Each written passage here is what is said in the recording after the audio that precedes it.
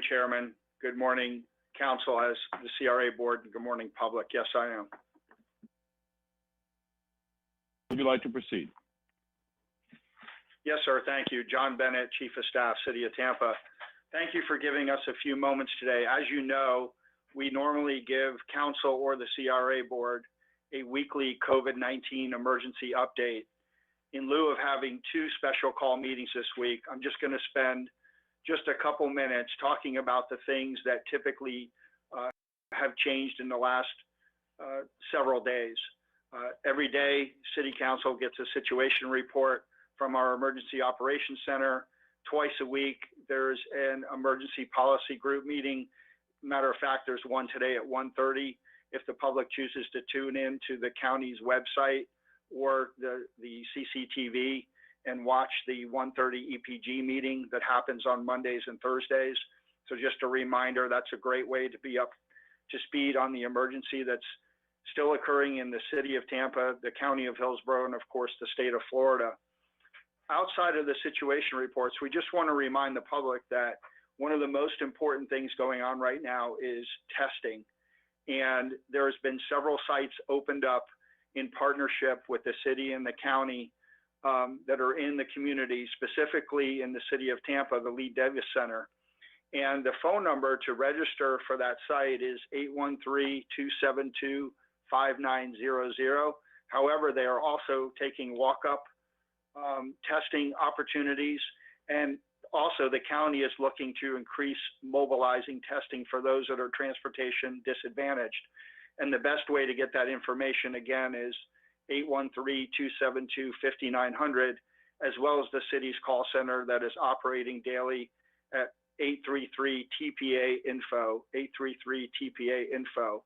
And with that, I'll turn it back to the chairman to work with the CRA director, Ms. Carol Post, our administrator over development and economic opportunity, Mr. Morris Massey, assistant or deputy city attorney with the CRA, and Dennis Rojero, our chief financial officer. Thank you, Chairman.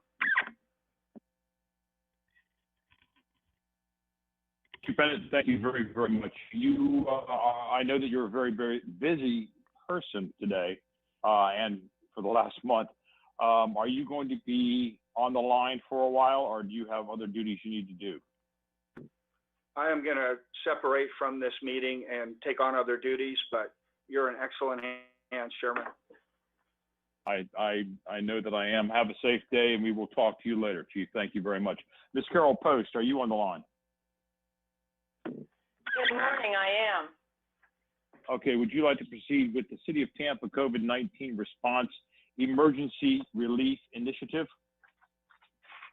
Thank you. I'd be happy to. We have a few slides that we had transmitted, so if that first slide could be brought up, I think it would help carry the board through the presentation, as well as members of the public to be able to see some of the detailed information about the relief program. I will give a short overview of the program just as a refresher, and then I will turn over to Michelle to present some of the financial material relative to the request, and Morris Massey can help fill in the lines around the legalities and some of the procedural aspects. So I appreciate the time this morning. We wanted to just give a refresher about the nature of the program, and the first thing I would say is that all of the information I'm sharing this morning on these slides is available online. There's actually a great more level of detail available online. So for any member of the public who has interest in seeing some of that detail, it is all readily available at our One Tampa Relief website. So just as a reminder, the notion of this relief plan was intended to help, there's two parts of it, to help individuals as well as small businesses. And we were specifically targeting the members of the community that we thought were most vulnerable, to enable them to bridge the gap to when state and federal funds would become available. When those funds, we know that those are on the horizon, but they aren't really hitting mailboxes just yet. And so our desire was to try to fill that gap in a somewhat targeted way before the longevity of the federal relief starts to materialize. The program is a narrow one. It's meant to cover 1 month of rent or mortgage and the essential utility costs for either the individual or for the small business. And that 1 month could either be a back pay for someone who is in arrears, or it could be a forward pay, as we say, for a bill that is forthcoming that they might struggle to be able to pay. Next slide, please.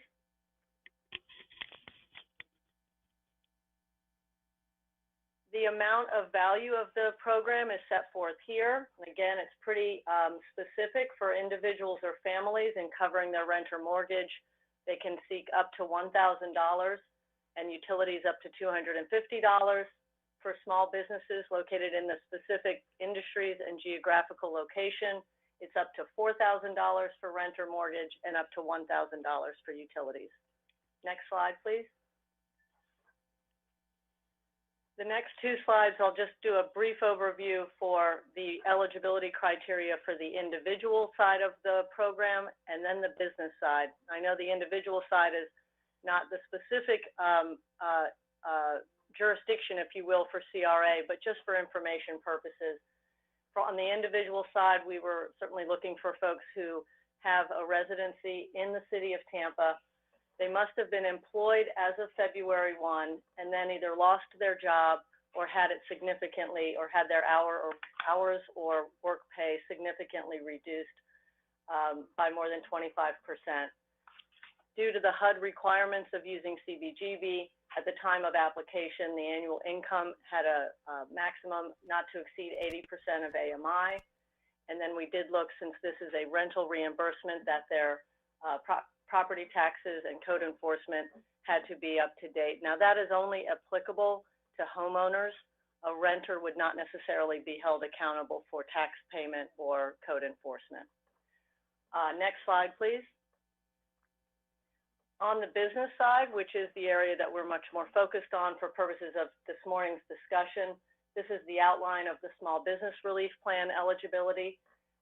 Again, the notion is that these are small businesses located within the municipal city limits of Tampa, and more specifically tied to the nature of the HUD funding, they must be located in a low-income census tract. And as per our conversation this morning, either a low-income census tract or a community redevelopment area. In both cases on the website, we have an address verification map finder so that members of the public could simply put in the address of the business and it would verify whether they are located in one or the other of those geographical locations. The second qualifier is that we wanted them to be a designated critically impacted business sector. And this ties directly to the point I had earlier made, that the notion was these are businesses that are specifically impacted by COVID, that they were either shut down by nature of the closure orders, the stay-at-home orders issued by Hillsborough County and then subsequently by the state, or de facto they are struggling out of business because their clientele obviously cannot reach them. Now, we know that doesn't apply to all businesses. Some businesses actually are thriving in this new norm, and so we wanted to ensure that this was not necessarily to this was necessarily to help businesses that were specifically and critically impacted by the crisis. The other real important criteria is that we were trying to make sure that these were businesses that had otherwise been established and had demonstrated their viability. So while a startup company might be as struggling as much as an established company, their certainty for viability was much more questionable. And again, given the limited funds that we had, we really wanted to target businesses that we would say, but for this crisis, they were doing perfectly fine, but because of the crisis, they have now struggled. When we first had the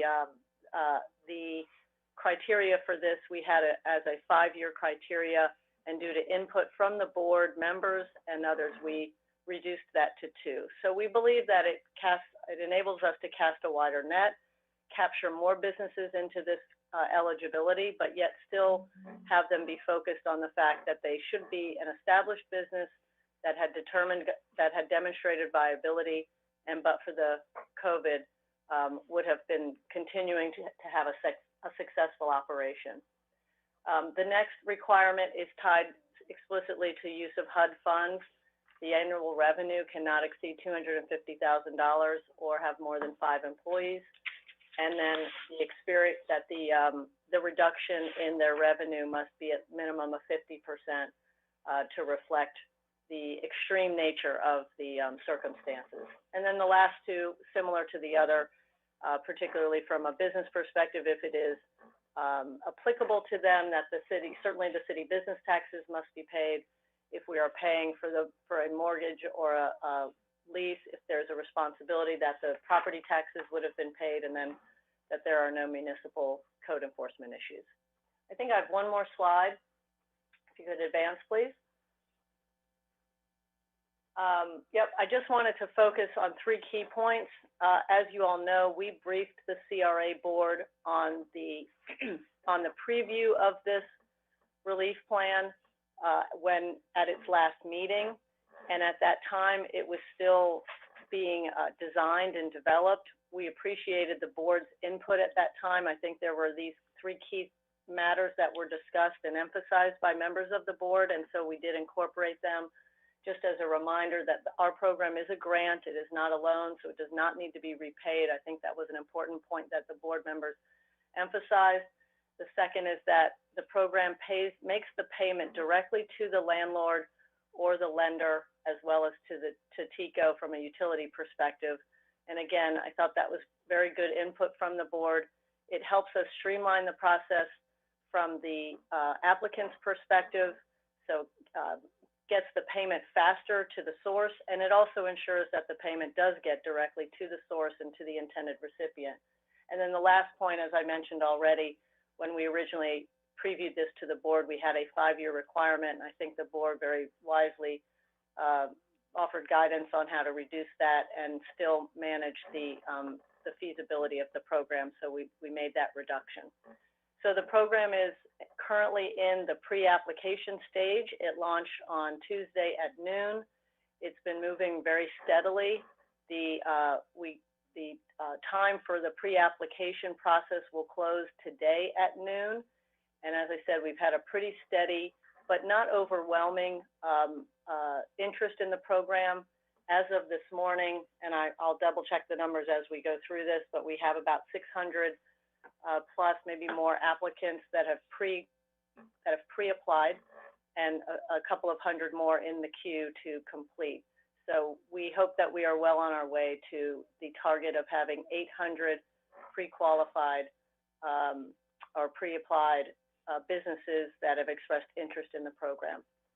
So with that, I will pause. I'm happy to take questions as we go further, but first I would like to turn over to Michelle, who can walk through the financial proposal that we are presenting this morning. Thank you. Good morning, Chair and CRA board members. Michelle Van Loan, Community Redevelopment Department. We're actually going to turn it over to Morris right now to talk about the legal perspective of the program before we get into our details. Thank you. May I interrupt just 1 second? I apologize, Mr. Massey. Ms. Post, thank you for the presentation. Are you going to be here for the duration of the meeting? Sir, I'll be here for the duration of this discussion. As long as you need me, I will stay available. Then here's what I would like to do, and Mr. Massey, please, if you could hold on for 1 second. Do any board members, council members have any questions? If so, let's go in alphabetical order. Councilman Carlson. Thank you, Carol and your team, for putting this all together and in such a quick way. I was just watching the Facebook feed, and there's some members of the public that are asking where the funding is coming from. So for people who weren't on the call last week, could you just explain that to them, please? Sure. So the source of funding as the program itself has been somewhat of an evolving nature. We originally targeted this to rely upon CDBG funds, which are federal HUD funds.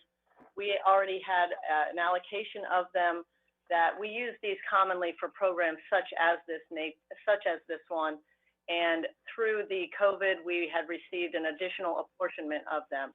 So, and I'll defer to Dennis to just keep me a little bit honest on the fine tuning, but we apportioned about $2 million of those HUD funds for this program. That was the initial source of funds. And as we've discussed before, those funds come with strings attached.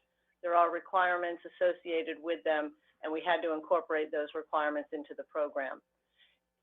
The additional source of funds was an allocation that had been identified from the general funds. And again, I'll let Dennis speak in more detail about that. And then the third complement was philanthropic funds. When the mayor announced this program, I think now it's going on a week and a half ago, we had already had the very generous commitments from our major sports teams across the city, the Rays, the Lightning, and the Buccaneers. Each had donated $100,000. We also had a number of contributions from corporate community members. And so that philanthropic side rounded out the balance of our fund sources. And that would bring us to today and the desire to further augment the pool of resources by having an interest in the use of the CRA fund. But I'll pause there and just if Dennis, our CFO, is on the line, wants to clarify that or elaborate at all. Thank you, ma'am. Good morning, everyone. This is Dennis. Everything you said, ma'am, was accurate. Thank you. From the general fund perspective, the $2 million has been identified from our emergency reserves. Our emergency reserves have a total of about $7.7 million in them. Mr. Chair, could I just ask one more quick question? Very quickly, yes, sir. Last week we talked about that this is only in the CRA areas and the CBDG areas, and South Tampa, West Shore area, maybe North Tampa are excluded. Is that still true, or is there, if there's a business in South Tampa that or in another area that meet the economic requirements, or they still would be excluded, right? Yes, unfortunately, the way the program was structured and now that it has been launched, it's limited to those geographical areas, the low-income census tract or the CRA footprint. Councilman Carlson, you finished? Yeah, thank you. You're welcome. Thank you. Councilman Dingfelder. Thank you, Mr. Chairman. Good morning, everybody. Just as a follow-up to Mr. Carlson's comment, Ms. Post, I accept the fact that it's geographically limited right now just because that's the way the program evolved, and obviously the most important thing is to launch something quickly because that's the whole point. But I would hope that if we come up with additional pools of money, perhaps from the county/feds, and we continue the program, perhaps we can revisit the geographic part of that. That's question number one. Ms. Post? Sure, Councilman. Look, I would say nothing is off the table, but I would remind that our whole intention here was to have a very targeted program that filled a short-term gap. I believe that and I think many of us have seen, there's such a flood of relief coming through various other sources and through the feds, and I think we don't even fully appreciate the full extent of it. That even remains a work in progress. And so our intent was to fill this gap until those other fund sources start to flow in. And so again, I don't think anything is off the table, but for this program to meet, as you said, a very immediate need in a short-term basis, and then hopefully we would begin to divert our time and our energy into a more strategic long-term recovery versus the short-term relief. Both of them are necessary, but this relief was meant to be short-term, targeted, and then be filled in by other fund sources beyond that. Okay, I think we understand. I appreciate it. The second one to Dennis Ruggiero, in regard to the reserves, I've expressed my concern. I think this next year or two, or who knows how long, is going to impose some heavy burdens not only on our community but on the city itself in regard to our finances. I think our revenues are going to start dipping again, like they did during the recession. That's a combination of sales tax and property tax drops. With that said, I think the reserves. I'm proud of our city that we've had consistently had reserves in the nature of $7 million for at least the last decade. And I think that's great. Obviously, we're dipping into it now because we do have an emergency. But Dennis, my question is that if and when we start getting some replenishment, perhaps again from the county or the feds, will we look to replenish the reserves and perhaps build up those reserves? And Mr. Chairman, I apologize. It's not strictly a CRA question, but due to all of this, I'm sure you'll grant a little bit of leeway. Councilman Dingfelder, you have a good question, but I'm hoping we can limit this to CRA questions. Mr. Rajero, please answer Councilman Dingfelder's question. Yes, absolutely. Yes, sir. We discussed that, and that will be one of our first priorities is replenishing the reserve. Similar, for example, following Hurricane Irma, where we tapped the emergency reserve to pay for expenditures as we waited for FEMA reimbursement to the tune of about $4 million, $5 million. And one of the first things we did was replenish that. And of course, as we go forward in planning, we'll look at opportunities to perhaps increase it. Perfect. Thank you, Mr. Chairman. Thank you, staff. You're welcome, Councilman. Councilman Goods. Thank you, Mr. Chairman. Just two questions. One, I didn't see, and I've given a bunch of text in reference to City of Tampa utilities, water, solid waste that's in those bills. So I wonder if we can get an answer on that. Is that included as well? Councilman Goods, those utilities are included. The essentials are gas, electric, which would be through TECO, and then the suite of utilities that would come from the city. So solid waste and water and trash collection, et cetera. Yes, those are included. Thank you, Carol. Question number two deals with the private sector and the donations. Where are we at with that? Is there an amount already designated this time?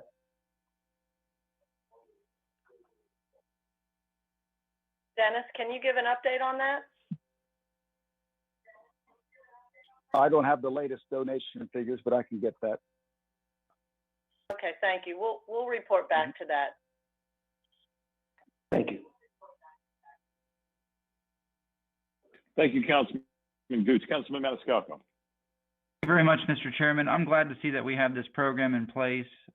This is an emergency, and I know that we can't help every business in the city of Tampa because this is by geographical location and the criteria we have, of course, here as a CRA and the CRAs in the city. We're doing what we can to help the most vulnerable in some of these areas. We're just one piece of this whole puzzle because people have gone to the state level to get some relief, and of course from the federal stimulus and all that discussion there. But this is unprecedented. We were not expecting anything like this. We prepare more for hurricanes than for pandemics.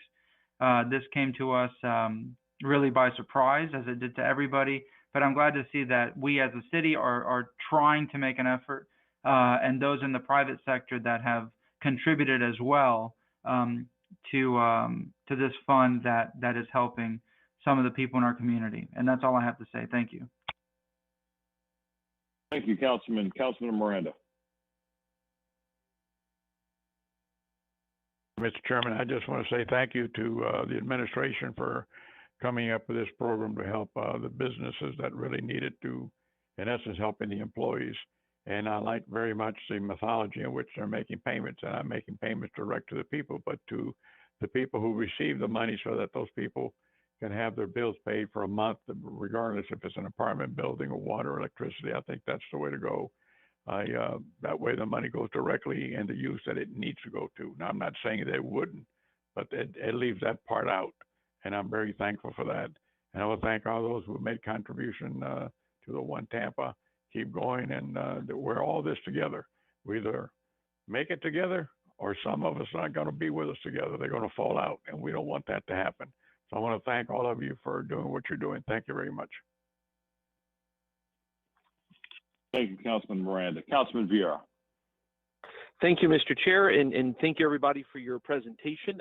In the discussion we had yesterday, I'll say today what I said then, which is this is some good positive results. It shows that this administration continues to listen. For example, lowering the threshold down from 5 years to 2 years, taking a look at lower income census tracts has been done before. We know that this casts a wider net outside of CRAs, which is certainly something that's very important. We know that there's a lot of suffering in Bush Boulevard, a lot of suffering in Sulphur Springs, a lot of suffering in parts of Fowler. And does this cover everywhere? Absolutely not. But we have to realize a big surprise for everybody in the sense that a couple months ago, nobody saw a pandemic coming, and certainly not on the local level. And this is something that was done in an emergency quick basis. And I think that it is timely, and it really repairs. It's not meant to repair an economic foundation. It's meant to repair cracks in that economic foundation. It leaves the foundation to the state and federal government for their work, but certainly we can take a look at those gaps. Some gaps that are unconscionable. You take a look at what's been happening here in the state of Florida with our unemployment compensation system. Just a couple days ago, I was talking to somebody who works near City Hall, a very nice gentleman who cleans office buildings. He lost one of his jobs and applied for unemployment compensation and is now waiting. And he and his family are in dire need. That is who this program is for. It's people like that who need cracks in their foundation, if you will, repaired. So this is overall a very, very good program done on a very, very quick basis. While again, are there areas that are going to be missed? Absolutely so. Absolutely so. But this is certainly something that does a great deal with the resources that we have as a city, and I applaud it. So thank you very much, Mr. Chair. Thank you, Councilman. Ms. Post, thank you very much for your presentation. I'm sure you will be there if we have any questions later on. Mr. Massey, thank you very much for holding on. Give us your information, please. Thank you, Chairman Citro. Quickly, this is Morris Massey, the CRA attorney. To give you the brief legal basis for requesting CRA funding of assistance in this One Tampa plan proposal, typically this is not the type of program that we would bring to the CRA, but because of where we're at with the COVID-19 state of emergency, which is incredibly unique, it's a disease-related emergency, which has resulted in a number of emergency orders that have restricted business activity, has actually closed businesses down. We're in a unique situation where I do think under Chapter 163, we do have the opportunity to provide some form of assistance. And community redevelopment activities include activities or projects to eliminate or prevent slum and blight. And slum and blight, and it also includes activities and services to prevent additional slum and blight. And slum and blight conditions include having a lot of vacant buildings, increasing rents, lowered rent values, lower property values, and further deterioration of our community redevelopment areas, which we fear will occur, and most certainly probably will occur if all these small businesses do fail. So we do think that based on that, there's an opportunity under Chapter 163 to participate. The other thing, and I'll address this in more detail when we discuss the agreement that's on the agenda as well. The other legal component that we have to comply with is that anything that we do must be consistent with our community redevelopment plans. Some of our community redevelopment plans have very broad policies and program statements within which this type of program, I think, easily could fall. Some of our community development plans are more narrowly tailored.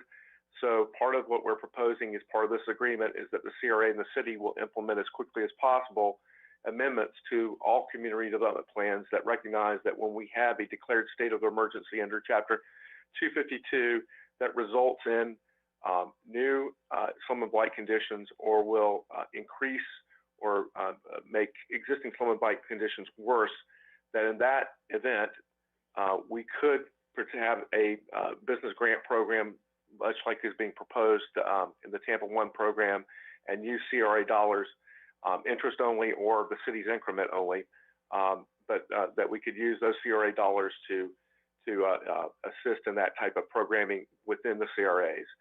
I'm happy to answer any questions about that, and I can go into more detail about the legal basis when we have a further discussion of the agreement. I'd also, before we go to public comment, would like to just state a couple of things. I know that we've provided several vehicles for the public to participate, including emails and voicemails, which the clerk will either play or make sure that they are provided. If there are members of the public that may want to participate, and I believe do want to participate in this through the GoToWebinar platform that the city has provided, and they just wanted to make sure that they all understand they needed to register.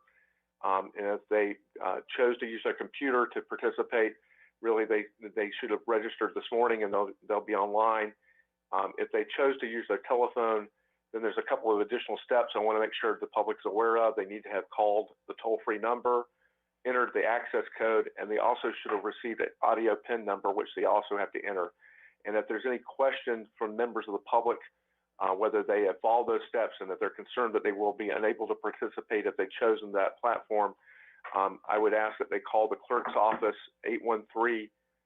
813-274-8397. Again, that's 813-274-8397 for assistance. Again, I'm happy to answer any questions regarding the legal discussion, but we may want to move to public comment rather quickly before we start making substantive decisions. So thank you, Mr. Chair. Mr. Massey, thank you very much, and I agree. Let's go into public comment, and then if any board members have any questions after that, because we have already 4 that are pre-recorded in public comment, and we have 3 in the queue that are on the line. So if we can hear public comments, and we will start with Pastor Timothy J. Kemp.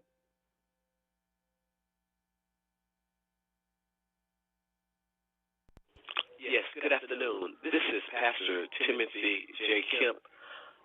My address is 2628 East Lake Avenue, Tampa, Florida, 33610. And the comment that I have for the council pertaining to the Tampa Park Plaza relocation tenants, I think it's about 300 of them.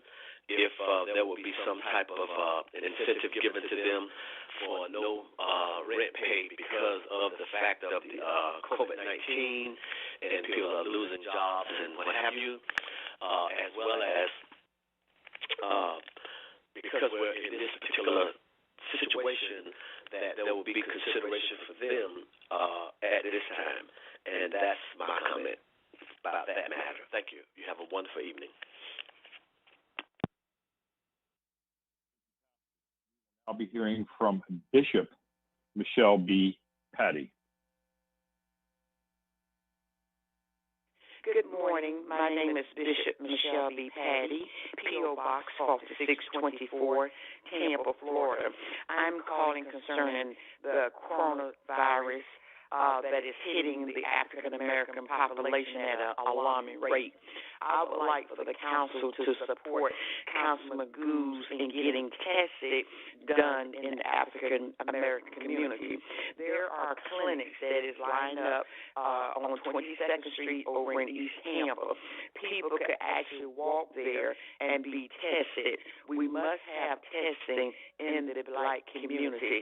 This community is overlooked, but the data is supporting the fact that we're the one that is getting this virus at an alarming rate and that it's going to be spread out through the city.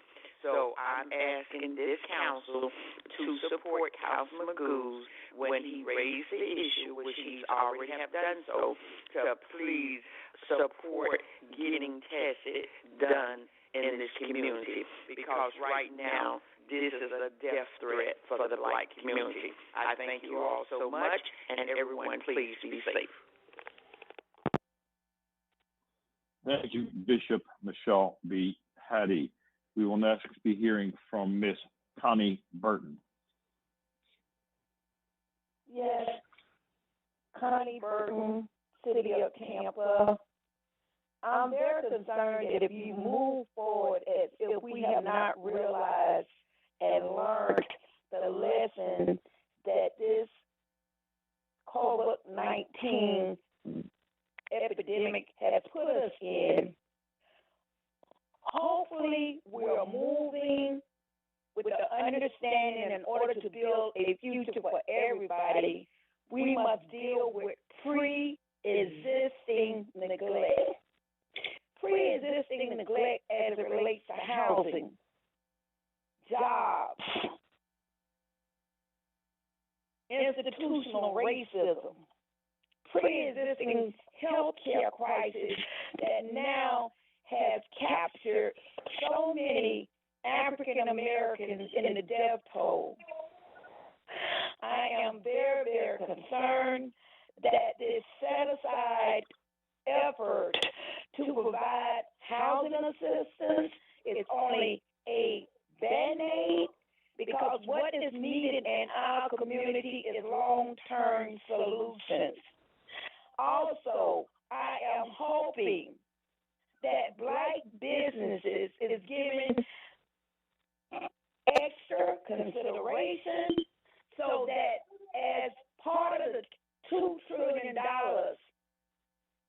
is not something that we just have notice of and not being able to be beneficiaries of.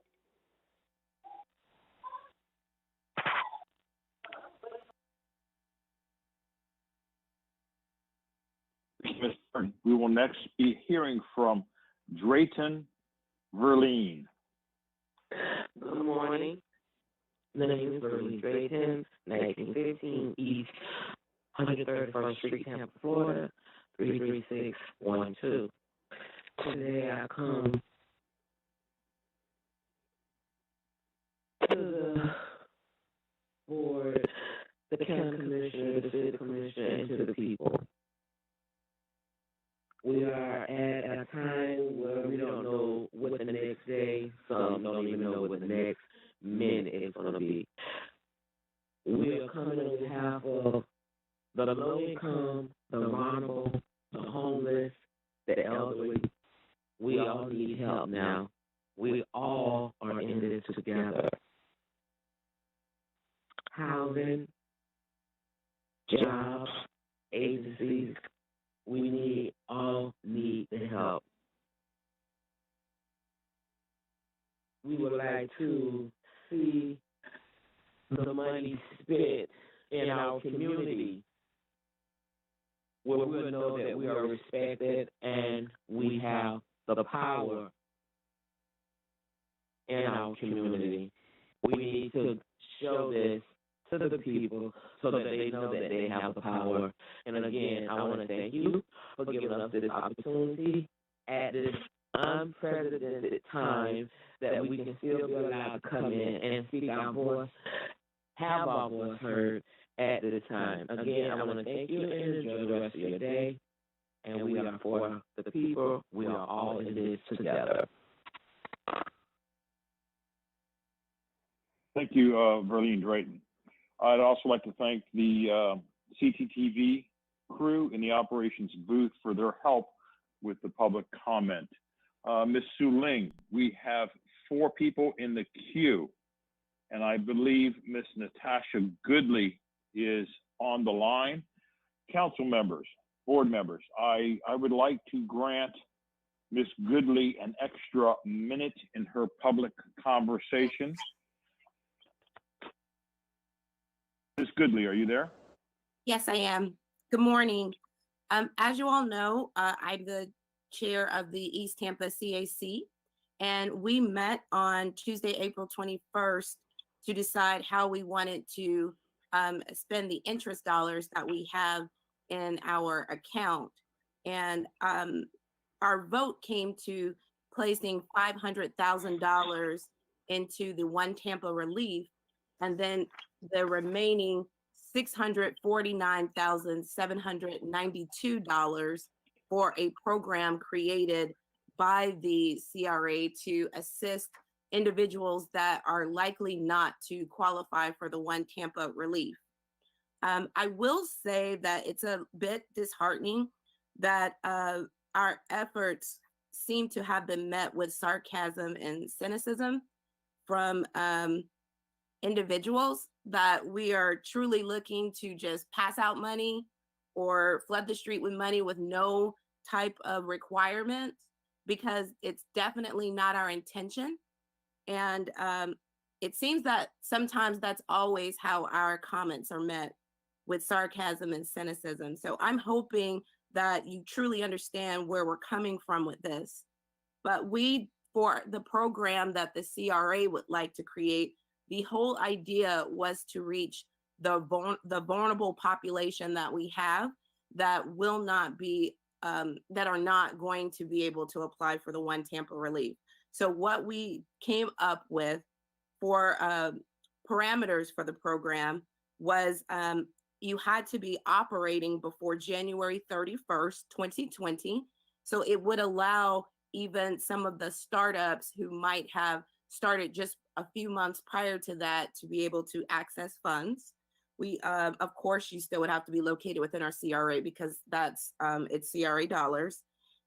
We reduced the annual revenue to $120,000 a year, or no more than $10,000 per month, so that we could, again, reach the most vulnerable population within East Tampa. And you had to show a reduction in income, at least a 20% reduction in income. And in order to qualify, you would have to provide a valid occupational license, if that applies to you. You would have to provide your SunBiz registration, if that applies to you. You would have to provide some type of documentation to substantiate 1099 work or independent contractor work, if that applies to you. You have to have paid your 2019 business taxes, if well, that would apply to everyone. And you would have to pay your 2018 property taxes, again, if that would apply to you. When it came time to decide on what we would like to do with the funding, we have a plan A and we have a plan B. I was hoping to have received a list of what the funding could be used towards prior to this meeting, but I was not able to receive that. So at our meeting yesterday, we came up with a lot of ideas for plan A. And I do understand that there are limits to what CRA dollars can be used for, but I also know that in this emergency situation, we are taking a stretch with paying mortgages, rent, and utilities. And so it seems there's still some room to possibly pay some other expenses for potential businesses.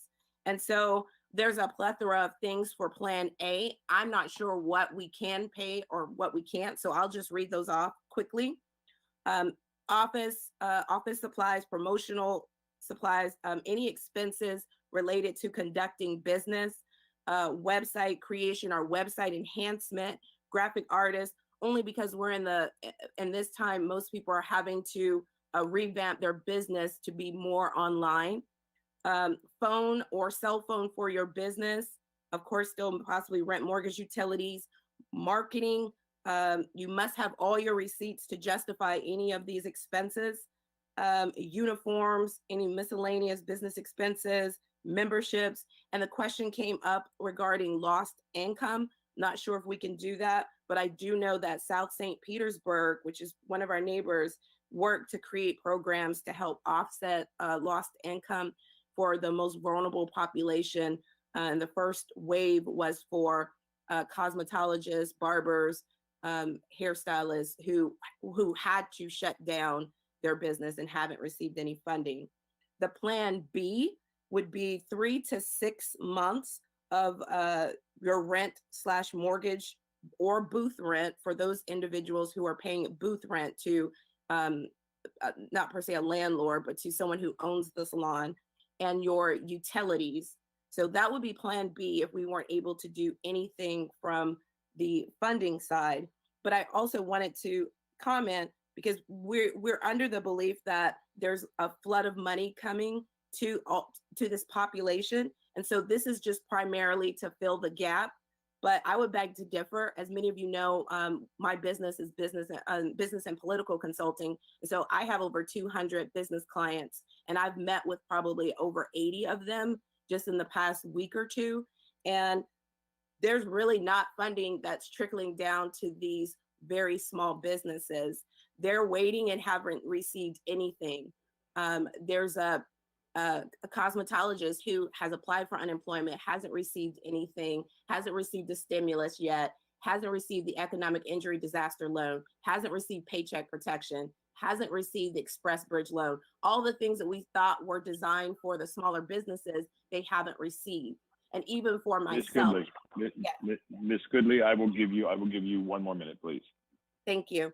Even for myself as a small business owner, I have seen at least a 60 to 65% reduction in income, and I have not received any type of assistance, no stimulus. Of course, I can't get unemployment because I'm still working. I have something coming in. I haven't received the paycheck protection, a bridge loan, the express bridge loan, the economic injury disaster loan, which has been reduced to only $1,000 for each employee. And most of these businesses operate as sole proprietors. So their only hope is possibly $1,000 that no one knows if and when it would even come. So our idea, and we voted unanimously to create this program. So I'm coming to you to see what we can do and hoping that you would accept what we're trying to do and understand where it's coming from and why we're doing it, and really step out on faith and see what wiggle room we possibly have so that we can make this happen for the people and the businesses of East Tampa. Thank you. Thank you. Thank you, Ms. Goodley. Next in the queue is Mr. Daniel Traggett. Daniel, are you with us? Yes, I'm here. Thank you, sir. Please. Hi, I'm a resident of downtown Tampa, vice president of the Downtown Riverfront Neighborhood Association. On the CRA CAC call yesterday, there was some discussion about downtown businesses. Restaurants are the face and basically the most prominent businesses downtown. They're basically the face and the soul of downtown.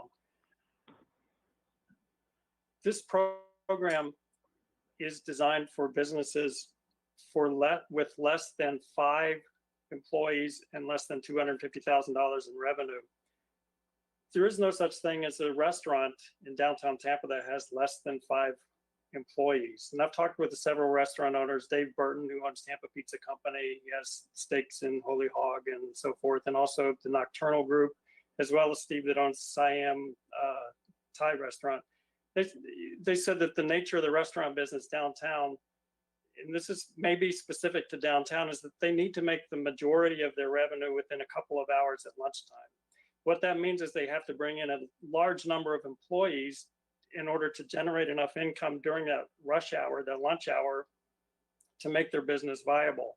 And so there's no way to run a restaurant downtown with fewer than 5 employees.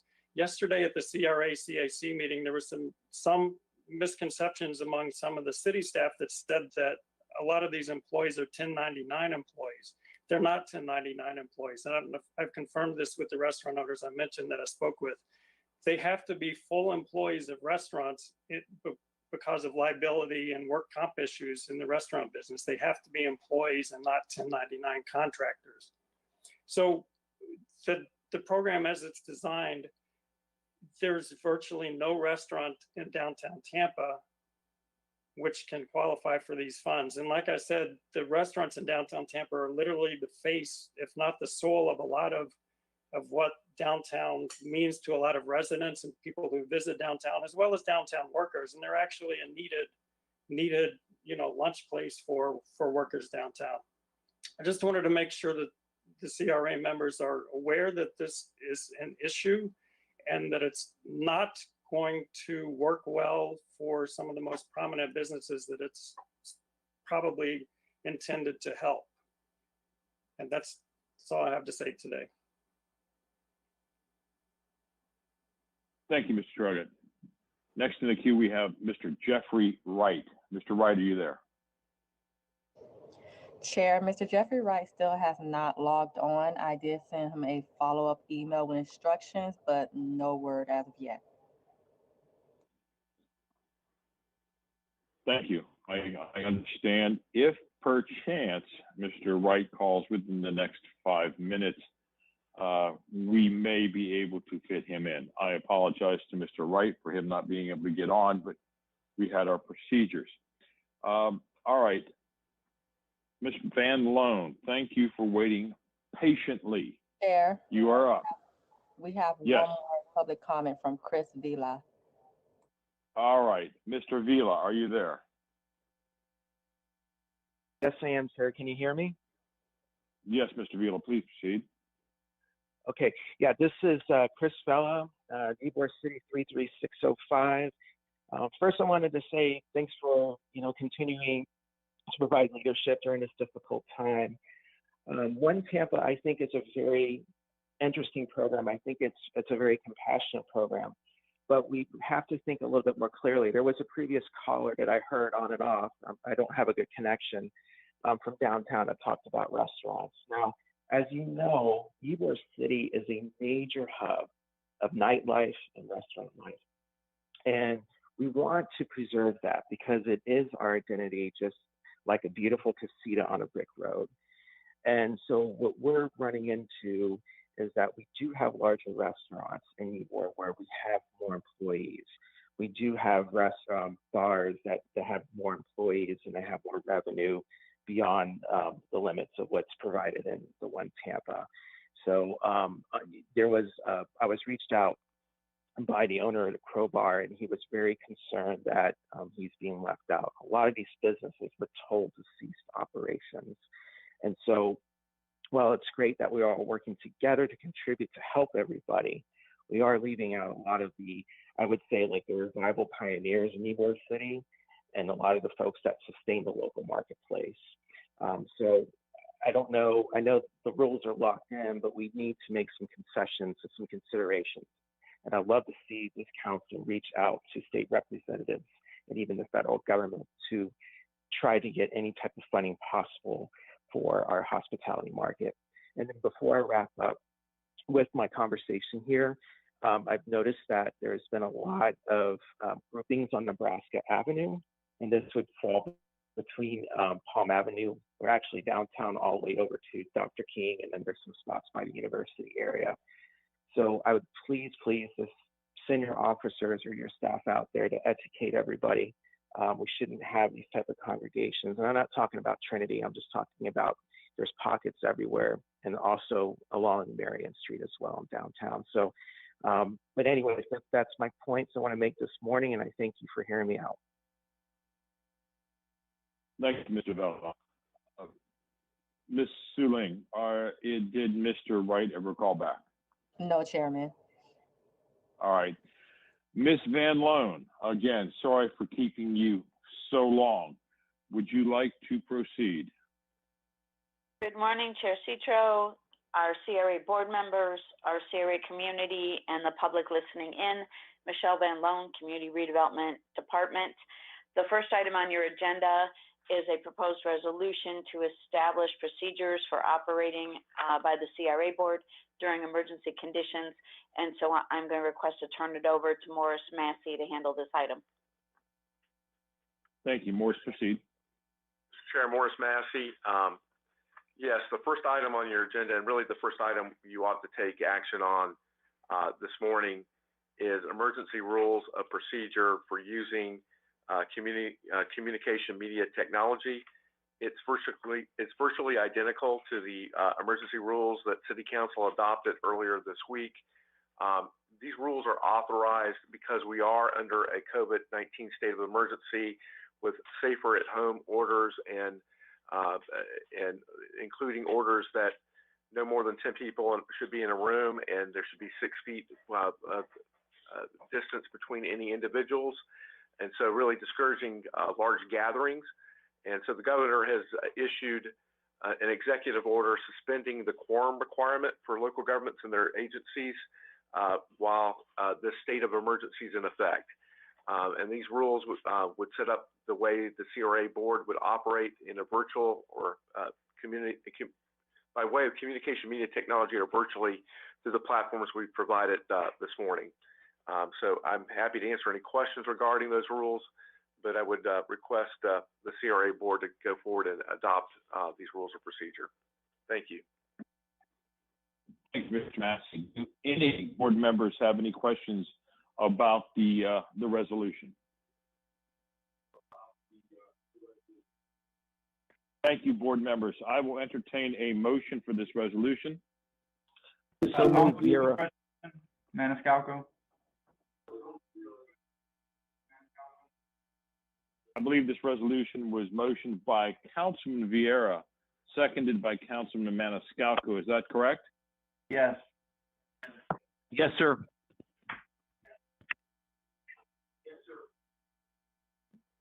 The clerk should take a roll call vote since we're meeting in this kind of scenario. She could. Thank you. And that's what I was just going to get to. Thank you, Mr. Massey. Motion's been made by Councilman Vieira, seconded by Councilman Maniscalco. Let's have roll call vote, please. Yes. King Feldman?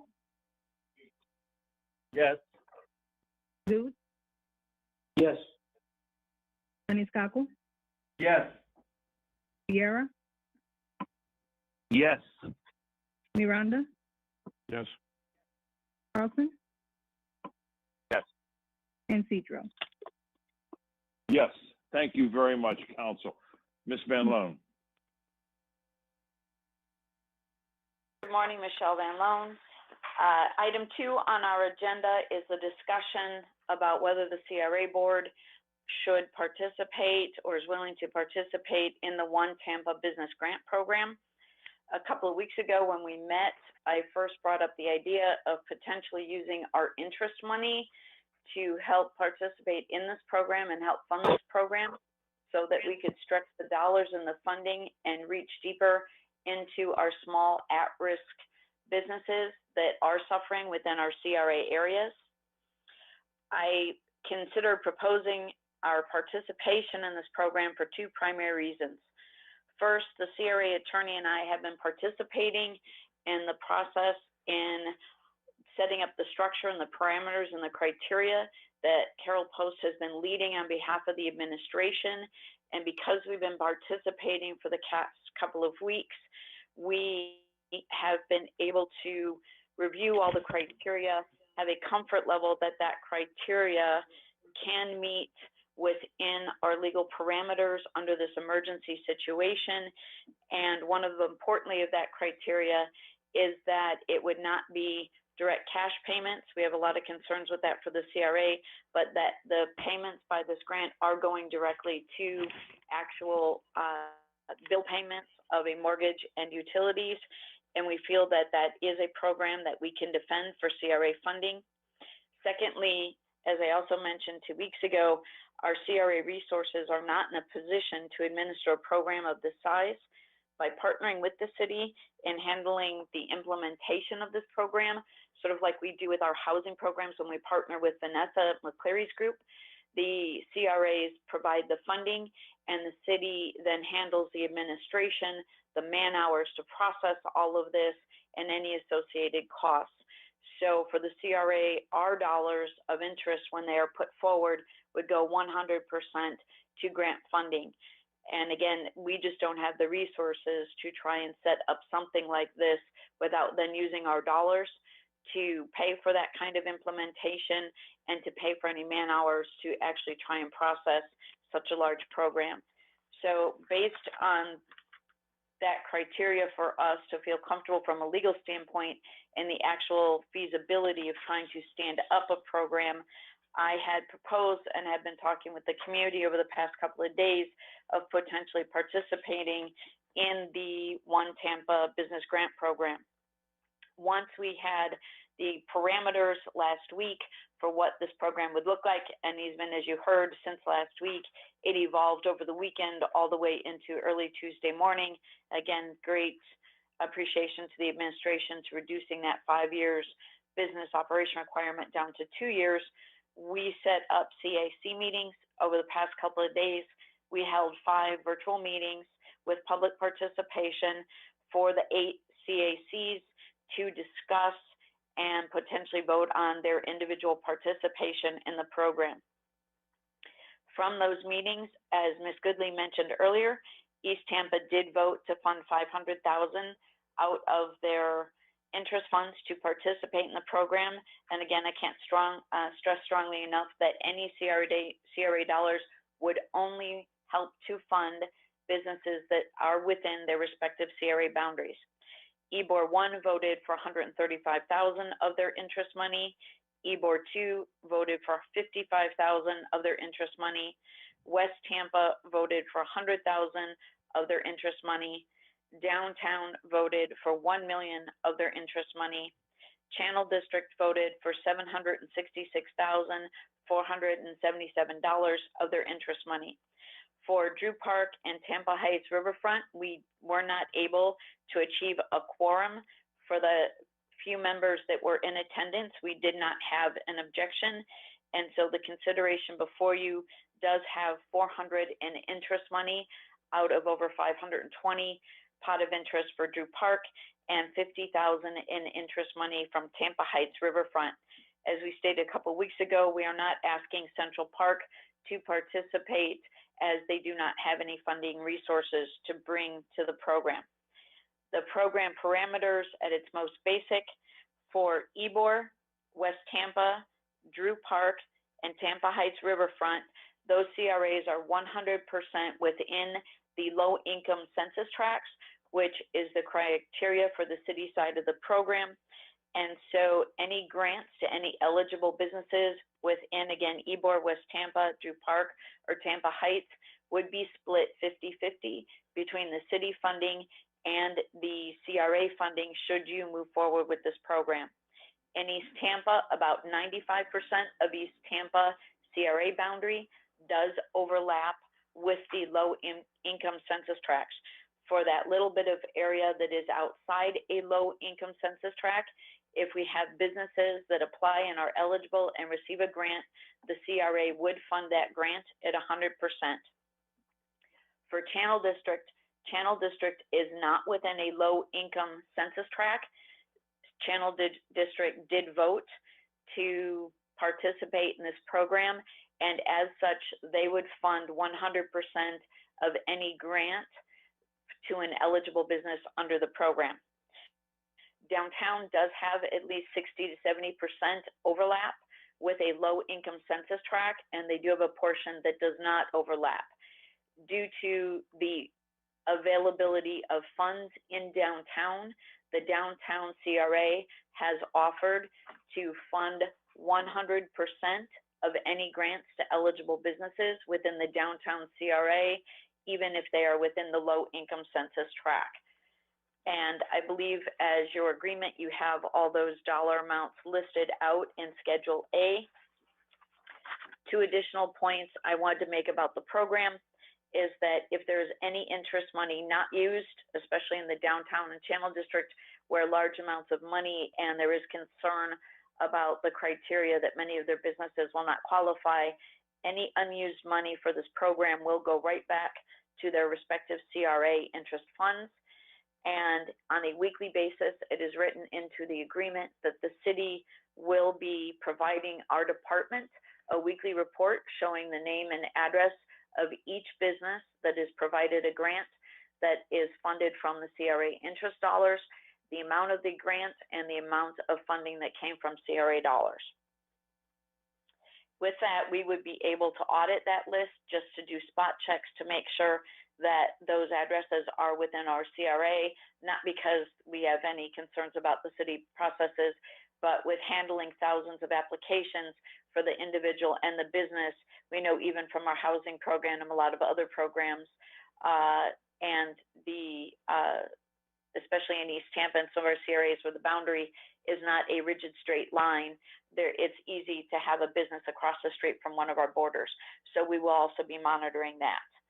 And with that, I am going to turn it over for any last comments for our attorney before we then ask for board discussion and consideration of this item. Mr. Chair, this is Morris Massey again, and I know this is the fourth item on your agenda is the agreement, but the agreement is really the vehicle by which the CRA would vote to whether to participate in the One Tampa plan, and I think it would make sense perhaps for that item to be considered in connection with this discussion, since this is really the primary focus of the meeting. Again, I've gone through briefly the legal basis for the CRA's participation in this program. I also wanted to put on the record, and I've been requested to do so by a couple of the board members, we will be providing a legal opinion before the money is dispersed about the legality of the use of the CRA funds for participation in this program.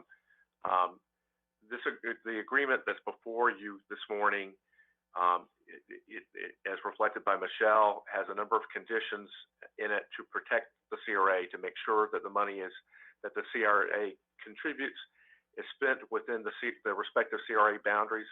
So CRA TIF interest money in the East Tampa area would only be spent in East Tampa, for instance. It will not be spent in other areas, and that's very important for the integrity of our programs. And there are clear reporting and auditing requirements that are going to be met in connection with the terms of this agreement. This agreement provides that if the city obtains any reimbursement for the One Tampa plan, that would be shared with the CRA on a percentage basis. So the interest funds would conceivably come back to the CRA and replenish our interest funds. There are a number of other provisions in it to protect the CRA in connection with this program. We've been working hard with, as Michelle discussed, on a daily basis with the city administration as this program has been instituted and evolved. So we feel comfortable moving forward with this agreement and recommending it for the board to consider this morning. I know that several other folks have spoken about other potential programs, other sorts of things that we might be able to do. And I'm not saying that would be legally prohibited per se, but those are things that we would have to look at, and also look at how they could be administered, and we could be assured and have the same safeguards relative to the use of CRA TIP funds or CRA funds in connection with any of such programs. So we are ready to move with the One Tampa plan today. To go any broader today, I would discourage the board from doing that. If you wanted to make a motion for us to look at that, we'd be happy to do so.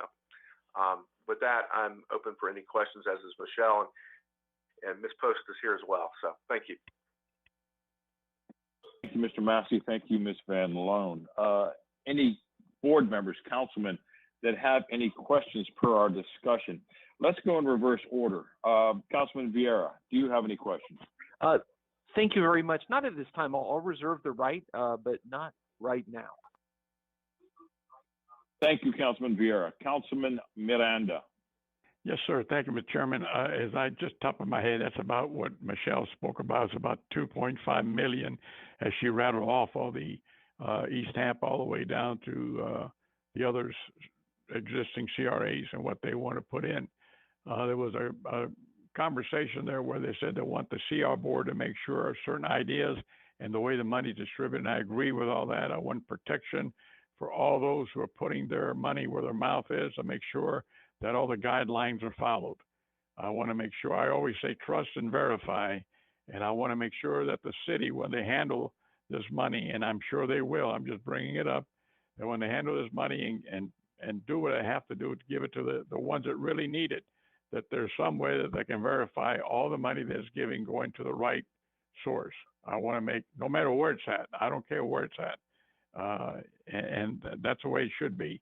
And I don't like the way the federal government did it, but that's between me and the federal government. That's not the CRA. And I just want to make sure that these things are adhered to, and that everybody gets something to get started to bring them back to at least a hope that they're going to get back where they were. I do not see this COVID-19 being something that was yesterday and today, I think this is going to be something into the future for a period of time, maybe a year or so, and maybe longer. And during the winter, from what I'm seeing from the CRA and all these parties that are getting involved, the government has already stated that in the winter, when the virus hits, along with the flu, it's going to be even harder to detect, and they're going to need more and more testing. So testing is a key to everything being done the right way. Without testing, makes no difference what we do. We're not going to win the war. You must test to find out what's going on.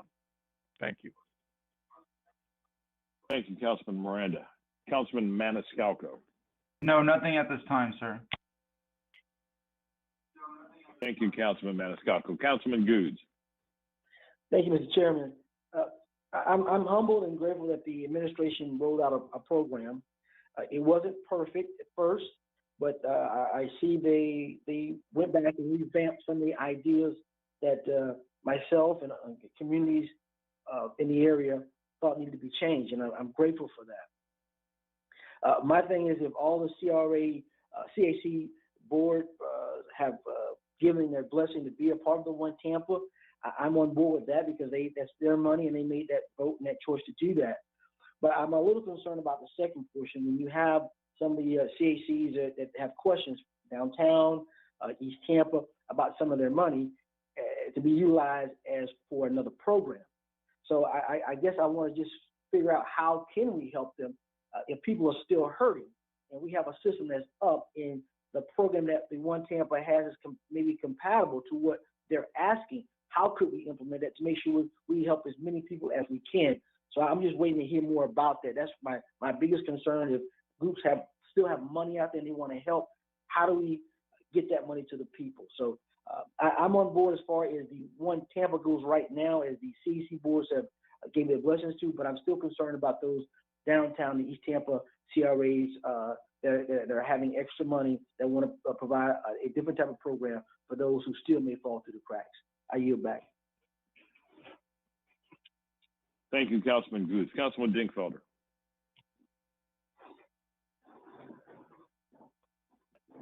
Yes, Mr. Chairman. I think in light of the short window that everybody's been operating, I think the program sounds good. Michelle and Carol, I'd just like to I guess, request that as we review the pre-applications as well as the applications, especially in downtown and Channel Side and Ybor, I think the comment that somebody made in terms of the size of the businesses was a good one. In terms of, the original limit was 5, quote, employees. I'm not really exactly sure what an employee is, if it's a 1099 or W-2 employee. But anyway, I know we're not going to make any changes today, but if we don't get enough applicants in those CRA areas, I'd like to make sure that we explore perhaps expansion either of the dollar amount above 250 or the number of employees. But that would be down the road. Thank you, Councilman Dinkfelder. Councilman Carlson. Everything you don't understand. Mr. Chairman, people are hurting. Mr. Chairman, I'm sorry. Close out. I was just looking for a response from staff on that. I apologize, Councilman Dinkfelder. Ms. Van Loan, do you have a response to Councilman Dinkfelder's comments? I have Ms. Post here, and I believe she'll respond. Hey, good morning, it's Carol Post. So I think as I had referenced before, as this has evolved so rapidly, we'd like to think that nothing is off the table. And so as funds continue to surface from other sources, and as our desire to be as comprehensive as possible, we're open to continued discussions about that. Saying that, I would just again emphasize our original intent was to have a fairly targeted approach to fill a short-term need, and then to adapt our programming to the more long-term strategic recovery effort. But we're certainly open to discussion.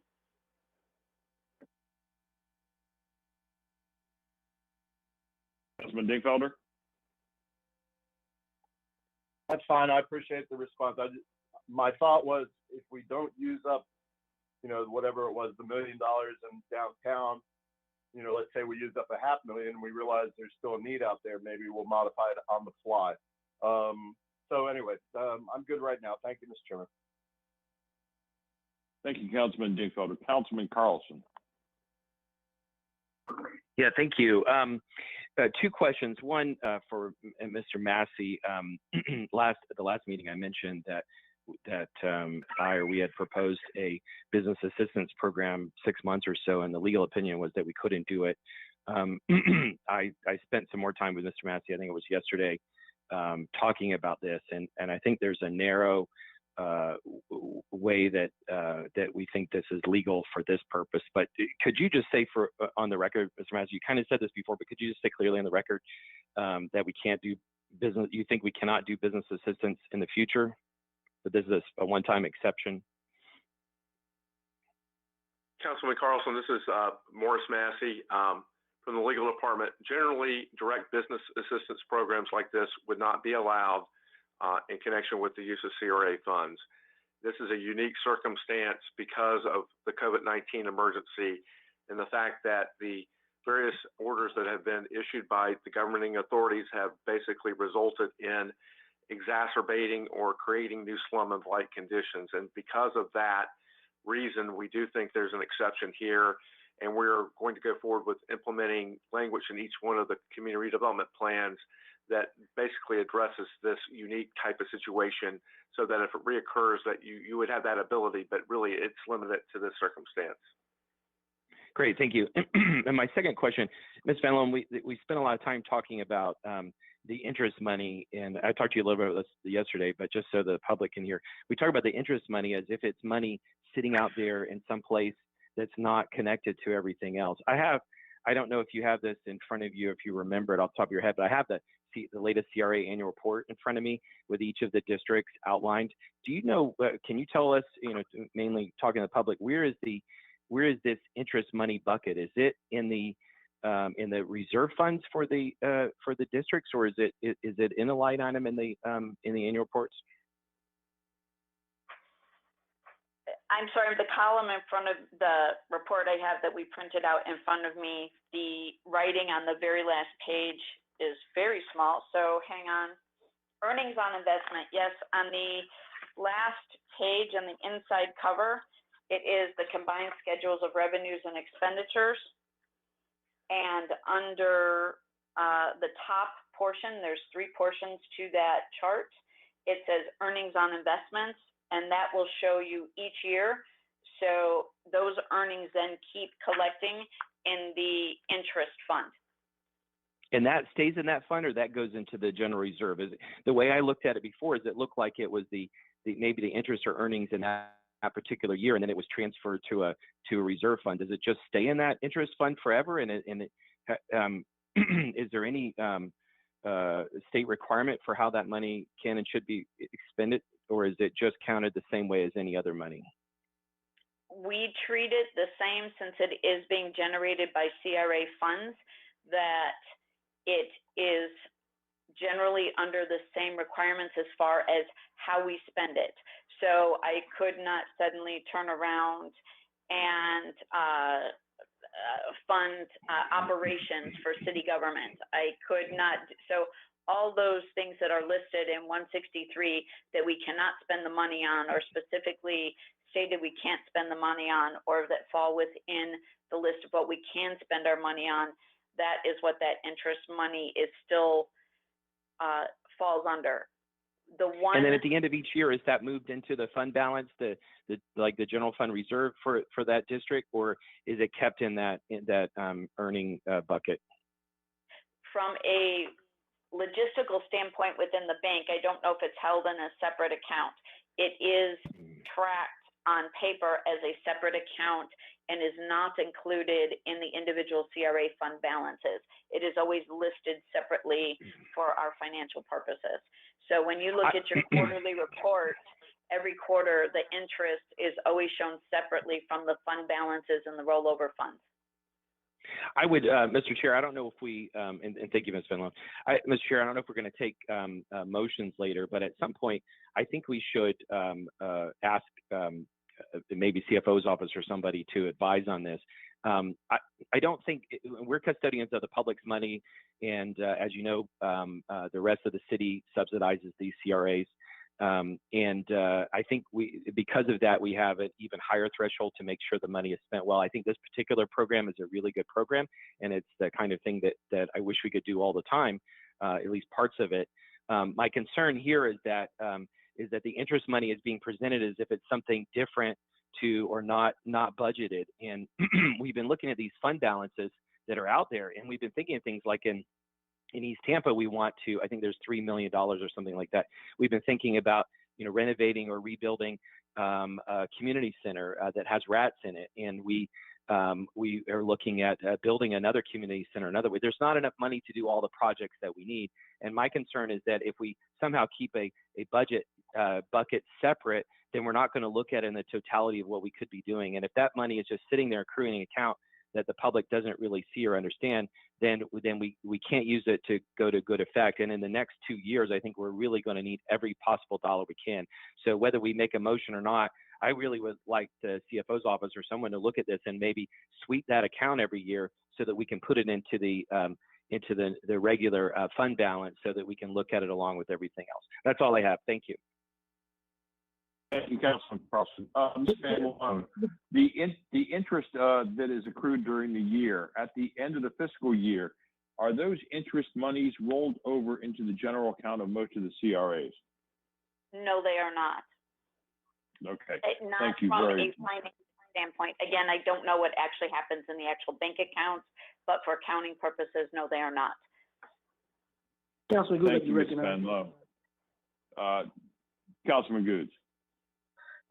Yes, sir, I'm getting tons of calls in reference to my question about the extra dollars for East Tampa wanting to do a specialized program similar to the One Tampa.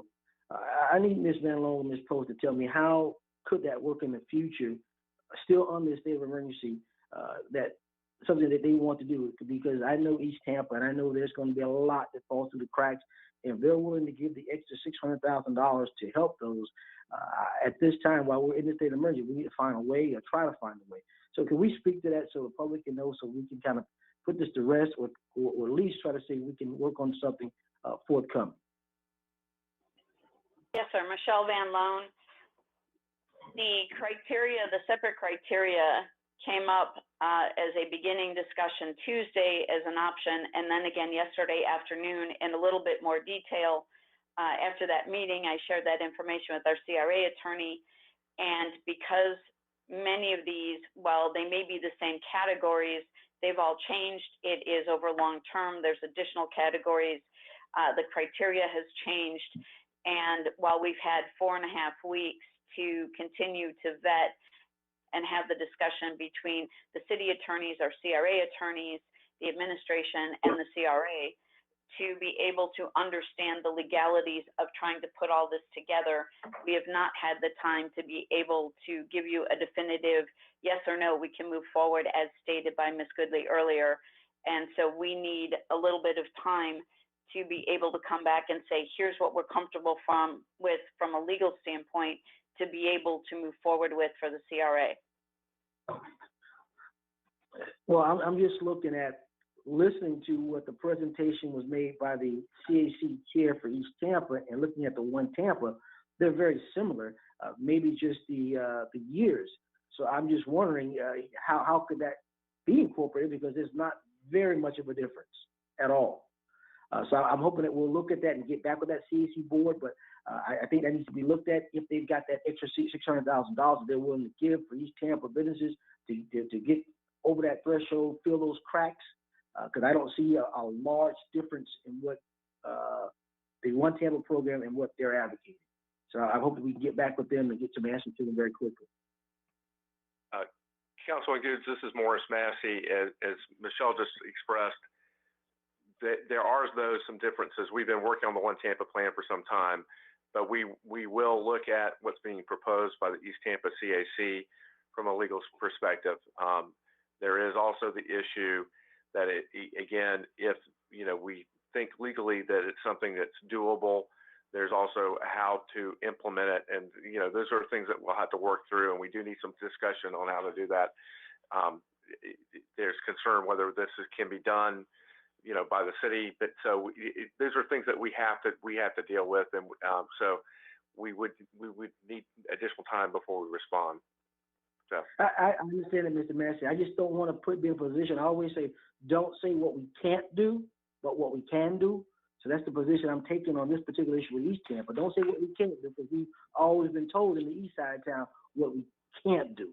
So I want to see what we can do, if anything, to be able to help those folks and to be able to push that other $600,000 in interest out if we can. But again, I'm supportive of the One Tampa program. Don't get me wrong.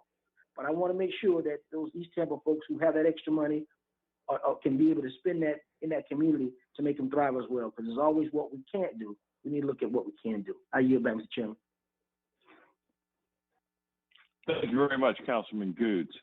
Is there any last questions to Ms. Van Loan before I ask for a motion on the resolution of the Community Redevelopment Agency of the City of Tampa approving an agreement between the Community Redevelopment Agency of the City of Tampa and the City of Tampa regarding use of certain designated CRA funds? Is there any other questions? Please state your name to be recognized.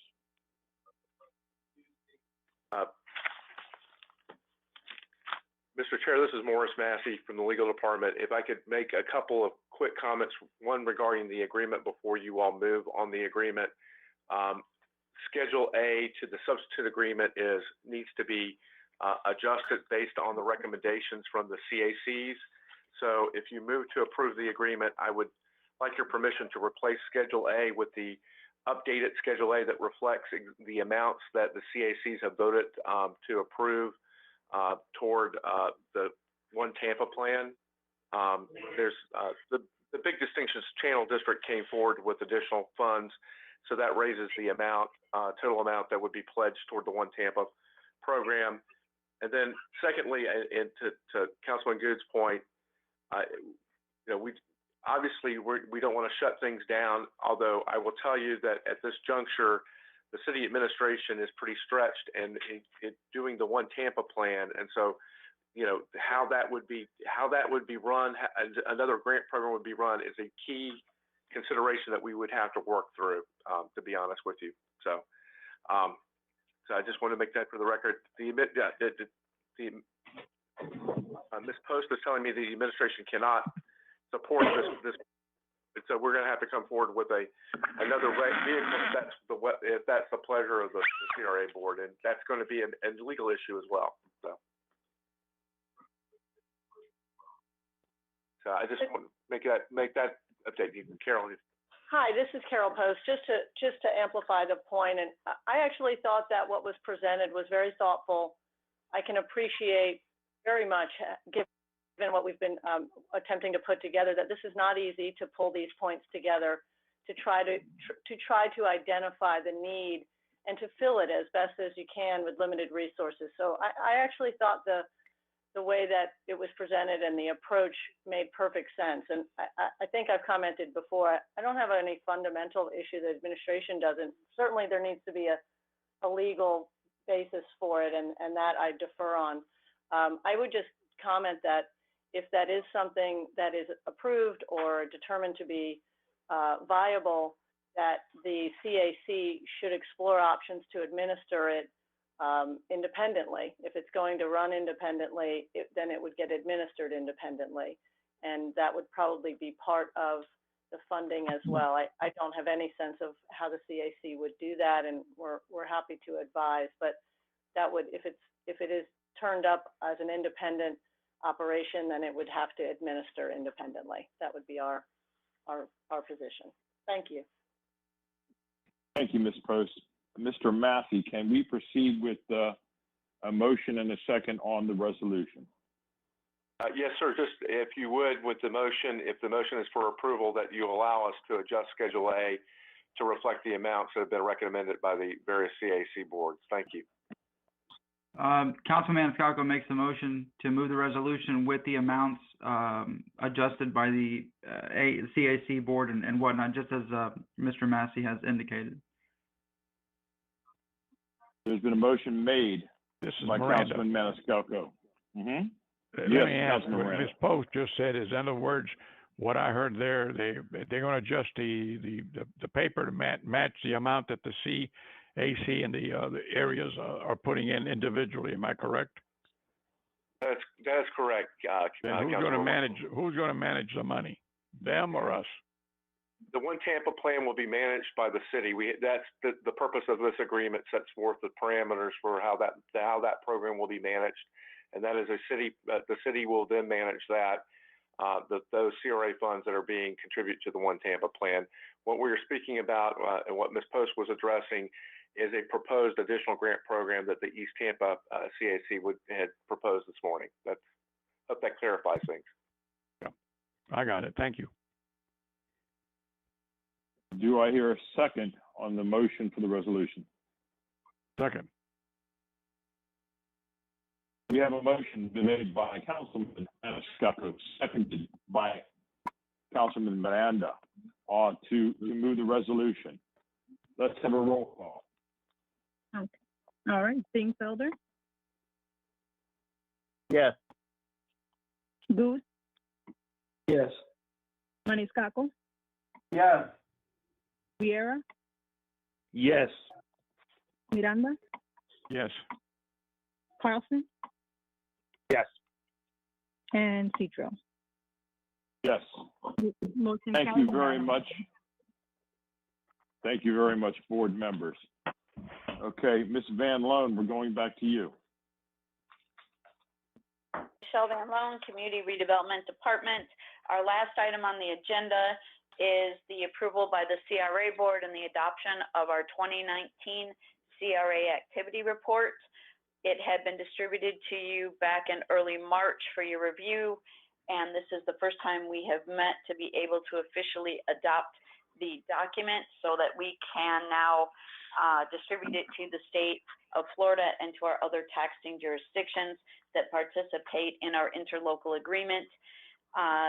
The document is essentially the same except for on page 20 under East Tampa, we did add 2 additional bullets to further document the amount of program building we did in 2019. There was a lot of work that was done to go into the development of the programs that we put into the FY20 budget, and we wanted this document to reflect that. So we're asking for your approval of the document at this time. So move. Second, Maniscalco. Motion made by Councilman Miranda, seconded by Councilman Maniscalco. Let's have a roll call. Dingfelder? Aye. Goose? Aye. Maniscalco? Yes. Vieira? Yes. Miranda? Yes. Carlson? Yes. And Citro.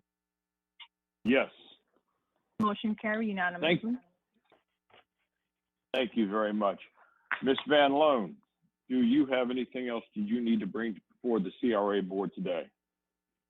Thank you very much, Chair. We are done with our agenda and we appreciate your time. I thank you very much, Ms. Van Loan. Mr. Massey. Mr. Chair, Morris Massey, no, there's nothing further for the board to consider on the agenda this morning. Mr. Massey, would you please stay, Ms. Van Loan and Ms.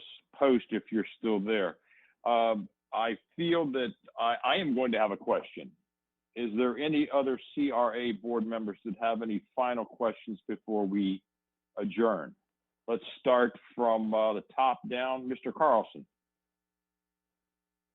Yes, more a comment or request. One of the main areas that I've been interested in the last year is economic development. And I think there are areas of our city and populations of our city that have been completely ignored for a long time. And some of the speakers spoke to that a little while ago. And the CRAs in particular are meant to address that. Now, if you look at the numbers of how Tampa did in the last 8 to 10 years, You can go to tampascorecard.com. You can go to the regional scorecard that the Tampa Bay Partnership did. You can go to USF's numbers. You can go to the Florida Chamber's numbers. And all of them show that Tampa was the laggard in the region, and we were a laggard in the state. We're not only so far behind Charlotte, Austin, and Atlanta, we're behind most of the other major cities in Florida, including St. Petersburg. And the reason is that we haven't addressed issues like poverty and equity throughout our community. And we need to figure out a way to resolve this. We're facing a situation where the Florida Chamber said we may have as much as 20% unemployment across the state. And so now is our challenge that our predecessors faced 10 years ago. How do we recover our economy? We had a chance where the economy was doing okay. Tampa was still a laggard, but we were doing okay. Now we're facing a catastrophic situation, and we need to look at economic development a different way. Thank God we have a new mayor who understands economic development. We have Carol Post, who is brilliant and great at looking at economic development from a broad scale. We have a new executive director for the CRA, and we have new city council. We need to look at economic development a different way. And I'll say this as a statement, the emergency policy group last week, which is made up of elected officials from various government organizations, have put the Tampa Bay EDC in charge of developing a plan for recovering from the economy. And the Tampa Bay EDC is beholden to their members who pay $30,000.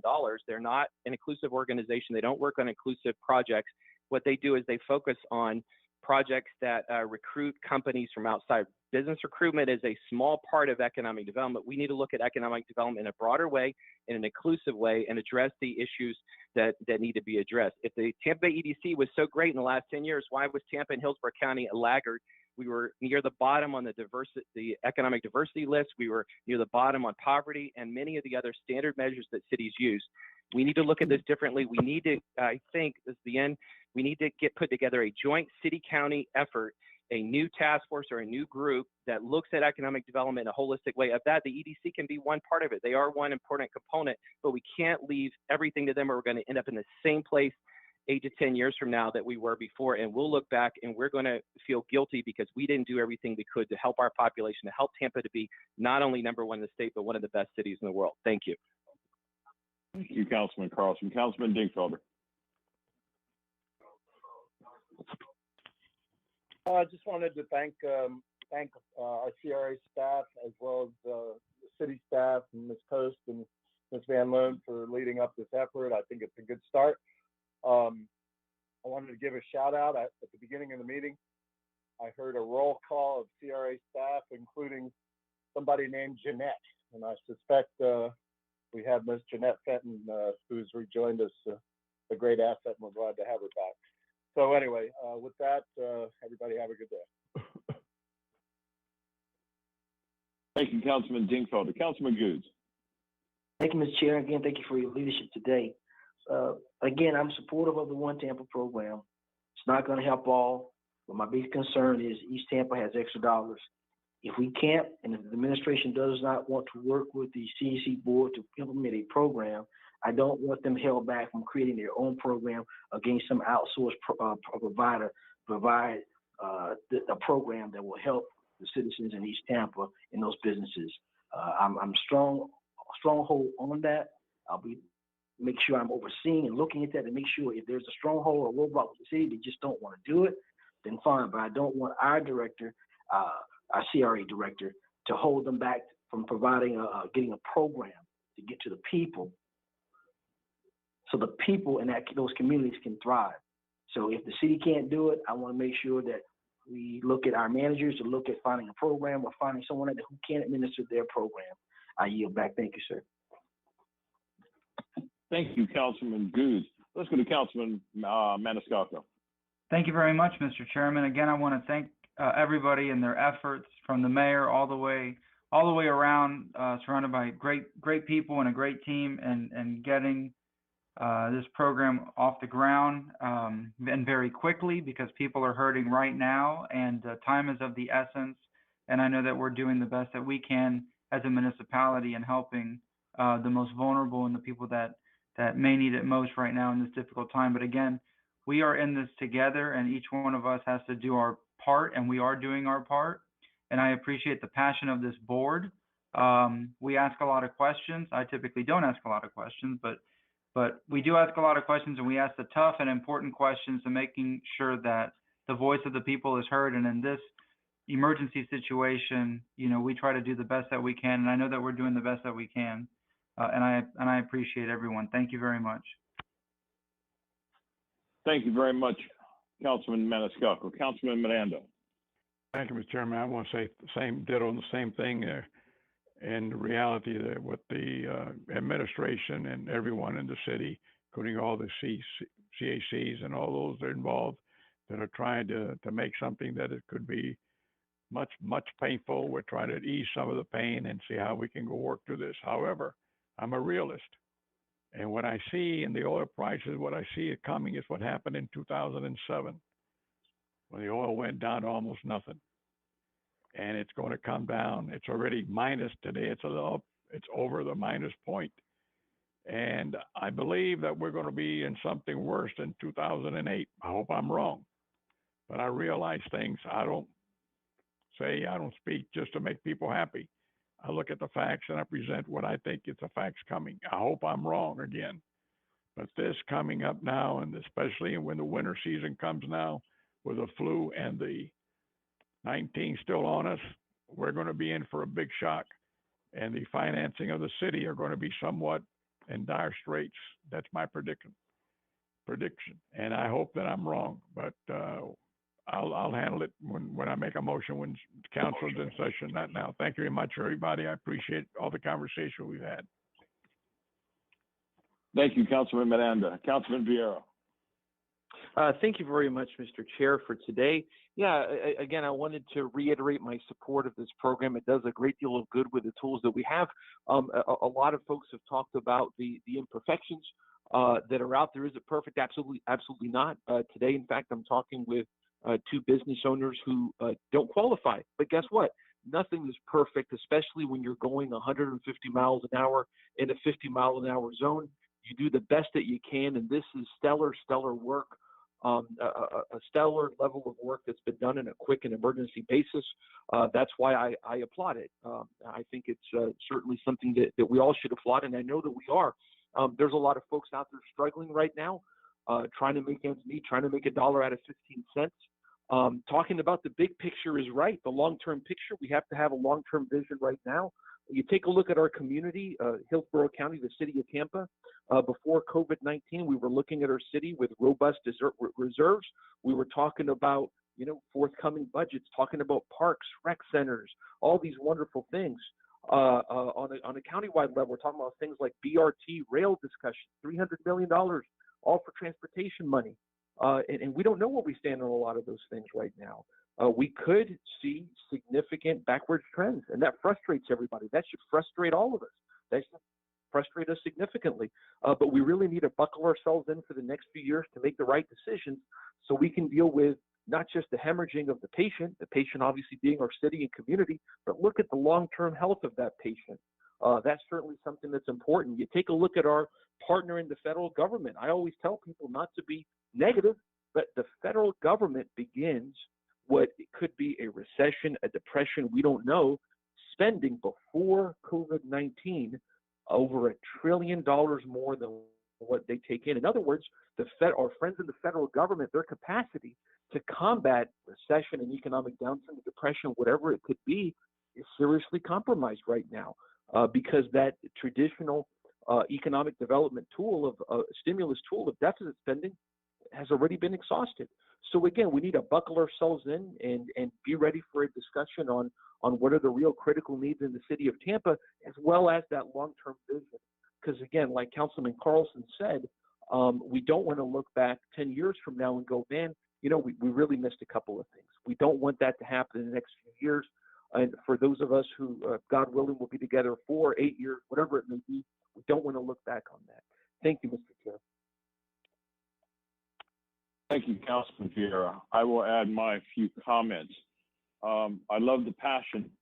I love the zeal that this board has for the community.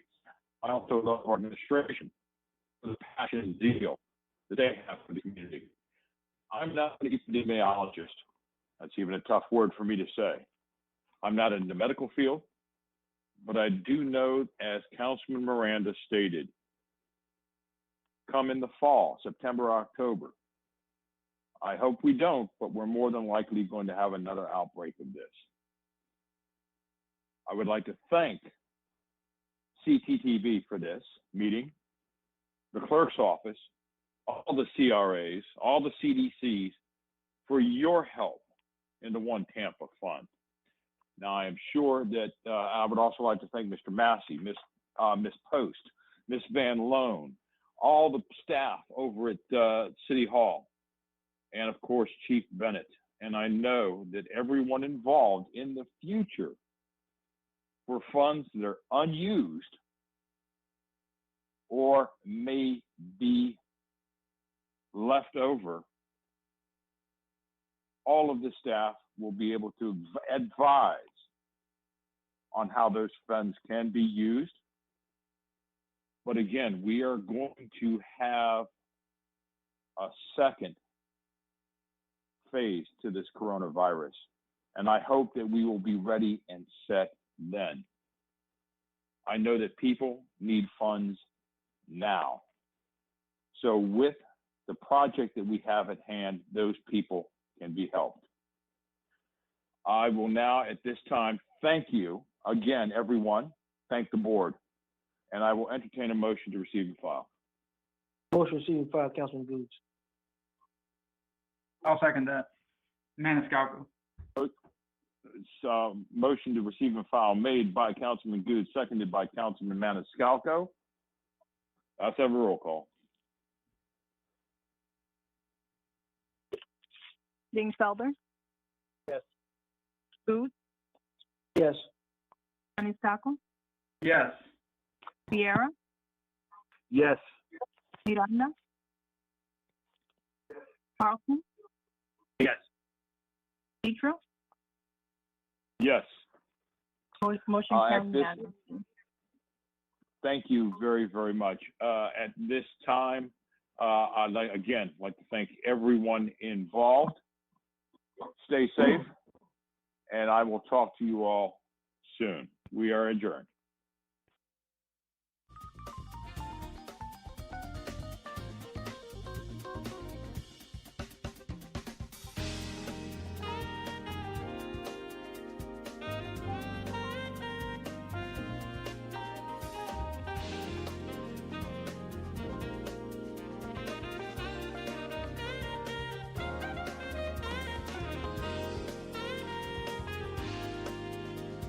Safety of our community is paramount. But we have to look at the economy, and we have got to get, back up on our feet and looking at recovery. We have our Economic Development Corporation. They are putting a group together, a task force, and they're going to look at the needs within our community, the Hillsborough County area, and exactly what areas will necessitate workers in, where we would look at workforce training, all kinds of data that they will be able to provide for us that really will be somewhat of a roadmap to getting back up on our feet economically. But again, I don't see those two as mutually exclusive. It's one of the reasons that I pushed yesterday to have the face coverings in certain instances. And that is because I truly believe that's going to be one of the changes. That's going to be one of our new normals, is individuals are going to wear face coverings in certain instances. We go through the flu season in the future, those types of things. So I really want to, it will also help out our small businesses in Tampa, because it will allow individuals to get back out into the workforce there if they are have the face coverings on. So that's an issue that I will continue to promote. And we have issued face coverings to all of our city employees. I know that the county has ordered them for their employees, and we are currently trying to get businesses to cooperate and mandate face coverings for their employees. So that is an update on the opening of the economy. We have to look at that area by area And here in the city of Tampa, we are very densely populated. If you look at Hillsborough County, we have twice the density that they have out in the county. So that's a concern for us in the transmission of the virus too, a lot more up close contact here. So we are looking at all of those areas, you know, how we can keep everybody safe and healthy, and then what we can do for the economy. So very important. And with that said, what we are doing right now is trying to help out our citizens inside the city of Tampa, and then our small businesses as well, with the rollout of One Tampa. And again, that is trying to provide the relief now, and rise together is the slogan for that. So we're trying to provide relief, sort of a gap funding for when some of the federal or the state funding comes down. People are waiting on their unemployment checks. The PPP has already been exhausted, and so just trying to help people out with utility bills and rent or mortgage. So we started that program today. We launched it at noon. Carol Post is not only the creator of it, but she is overseeing that. So Carol is a Florida native and actually grew up just a little south of here. And then she went she's traveled around a little bit, but was deputy mayor under Bloomberg for 8 years up in New York City, and decided to move back here. Went to work for USF School of Medicine, and built the USF Mersani Medical School, that project. And then in the dead of night, we went over and stole her away from USF. So if USF calls and asks where she's at, you haven't seen her.